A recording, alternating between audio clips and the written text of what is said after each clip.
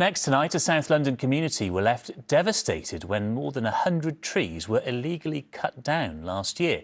Today, they came together to replant the trees and send a message that we need our plant life now more than ever. Jay Akbar went to meet them.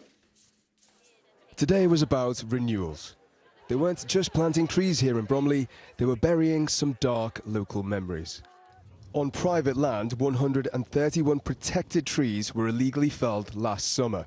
The landowner who felled them said he didn't know they were under a protection order. An ecological disaster on a global scale, perhaps not. But to locals here, this was a devastating tragedy. Why would you fell a tree unless it's unsafe? Yeah. We desperately need more shade. We desperately need to do something about climate warming. It's more than warming. It's it's overheating, and we have got to do something about that. The landowner was ordered to replant all of them, but volunteers here decided they didn't want to wait around for that. Instead, they're planting a tiny forest in the adjacent Cater Park.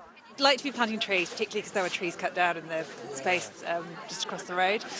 And just really like to be doing something for the community and something for the environment. I think it knocked people a bit, so to have something like this, it's been really useful. Yeah, there's been a lot of camaraderie. He's 9 when he grows up, making sure that the planet's in a better state than it is at the moment. I don't know why there's a 500 tag on it. Yeah, I don't know. I think that's so we can keep track of the trees and which ones were planted. For parents, it doubled up as a lesson in environmentalism and maths. It's 500. Ultimately, today was about taking something negative and turning it into a positive.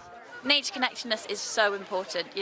These are great for an environmental benefit. They increase biodiversity, they help with capturing carbon, help with flooding as well. But personally, and as a sort of ethos of Earthwatch, is you need people to want to do that, to want to protect. They're calling this little patch the tiny forest.